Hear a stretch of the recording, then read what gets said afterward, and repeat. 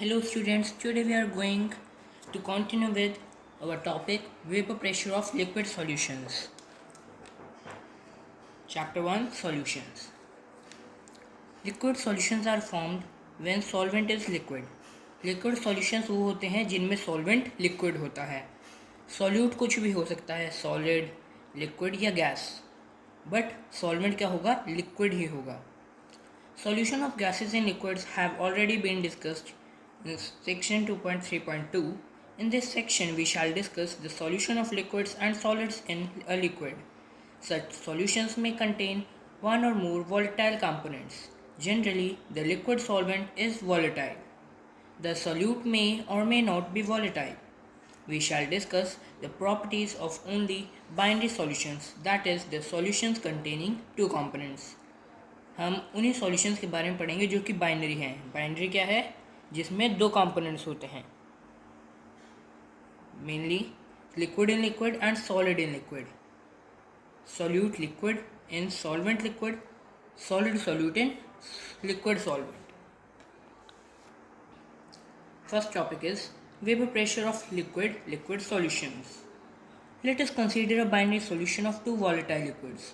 Volatile liquids वो लिक्विड जो कि ईजिली वेपर में कन्वर्ट हो जाएं. वो लिक्विड ज़्यादा वॉलेटाइल होगा, जो जितनी जल्दी वेपर में आएगा वो उतना ज़्यादा वॉलेटाइल होगा. और नॉन वॉलेटाइल वो लिक्विड जो कि वेपर में कन्वर्ट नहीं होते. And denote two components as 1 and 2. हमने दो कंपोनेंट लिए बाइनरी सॉल्यूशन फॉर्म करने के लिए, और दोनों क्या है? वॉलेटाइल लिक्विड है, मतलब दोनों ही वेपर फॉर्म करेंगे, और उनको 1 और 2 मार्क किया.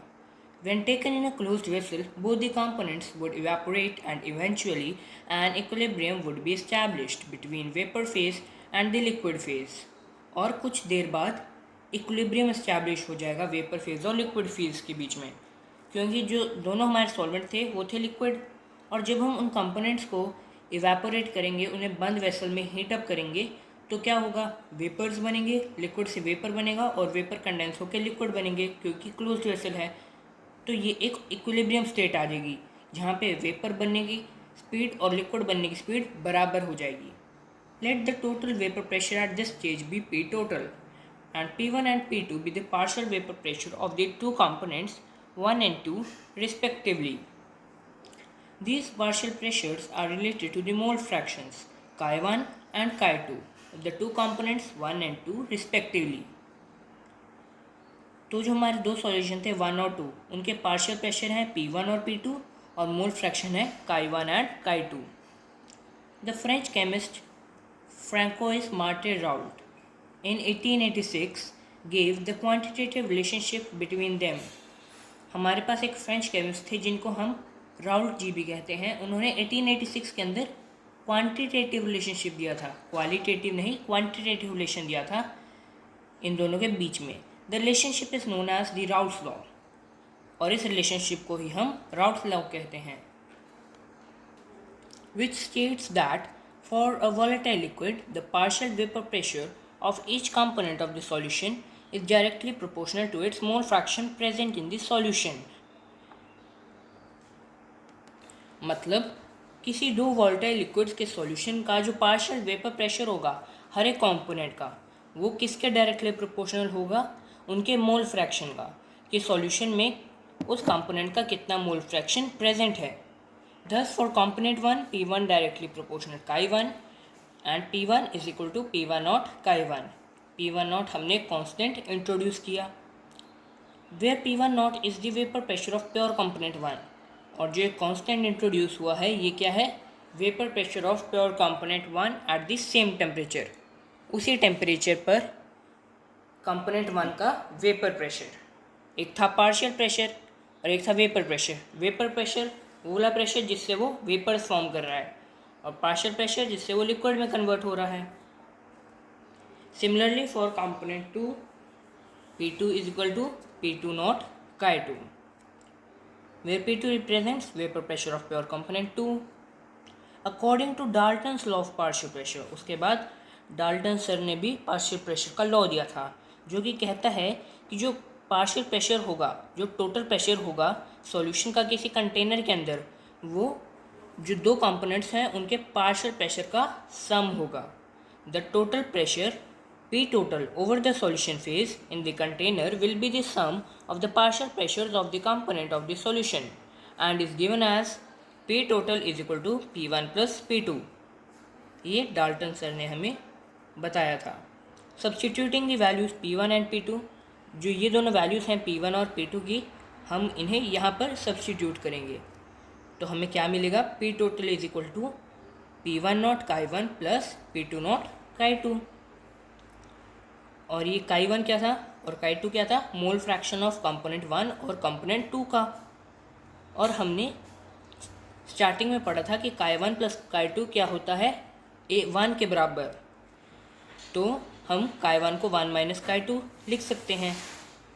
Chi1 को 1 माइनस Chi2 सब्स्टिट्यूट करके हमारे पास P टोटल का नया फॉर्मूला आएगा, जो कि है P1 नॉट प्लस ब्रैकेट में P2 not minus P1 not Chi2।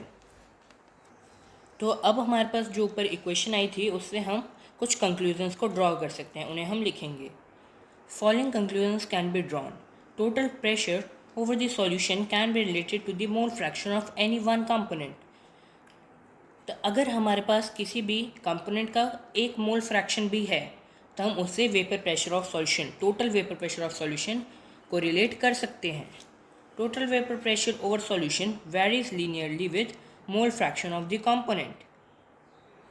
Depending on the vapor pressure of the pure component 1 and 2, the total pressure over the solution decreases or increases with the increase of mole fraction of component 1.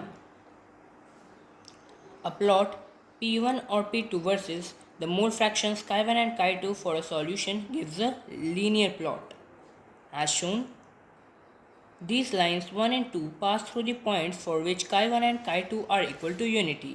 ये जो linear slope की lines हैं ये कहाँ से पास होंगी, जहाँ पे Chi1 और Chi2 दोनों क्या है, यूनिटी। यूनिटी मतलब 1 है। यहाँ पे Chi1 1 है और यहाँ पे Chi2 1 है। यहाँ पे Chi1 जो था वो 1 था, यानी कंपोनेंट 1 का मोल फ्रैक्शन था 1। बट जैसे जैसे रिएक्शन प्रोसीड करी ये 0 हो गया और जो Chi2 0 था वो 1 हो गया। Similarly, the plot of P total versus Chi2 is also linear. The maximum value of P total is P1 naught and the maximum value is P naught 2. जो मिनिमम वैल्यू है वो है P1 naught और जो maximum है वो है P2 naught.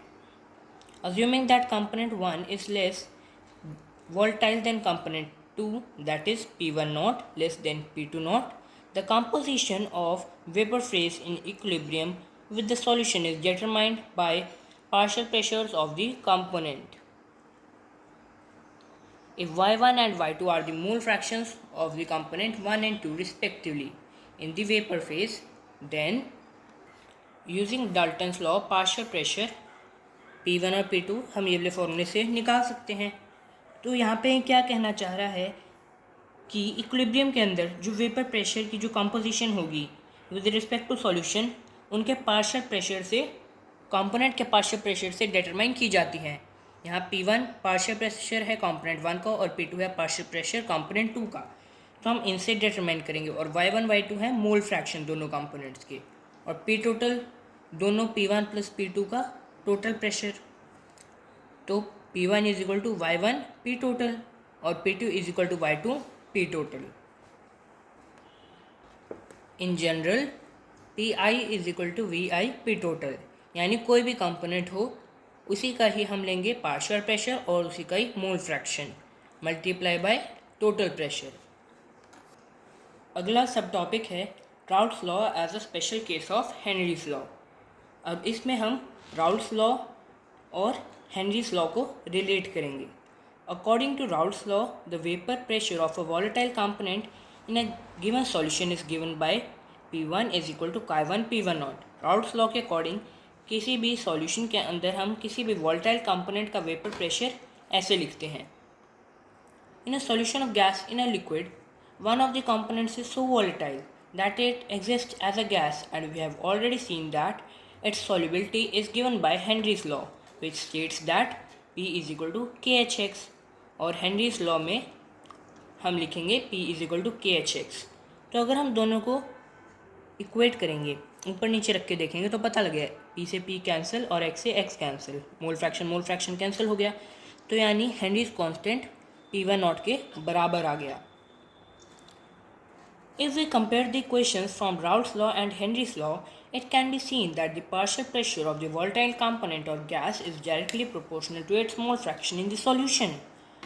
Only the proportionality constant Kh differs from P1 सिर्फ जो Kh और P1 हैं वो एक दूसरे से अलग है, बाकी सारे तो कैंसिल हो जाएंगे। Thus Raoult's law becomes a special case of Henry's law in which Kh becomes equal to P1। इसी तरह जो हेनरीज लॉ है वो स्पेशल केस उसके अंदर आता है राउल्ट्स लॉ का, जिसमें K जो है वो P1 के बराबर हो जाता है।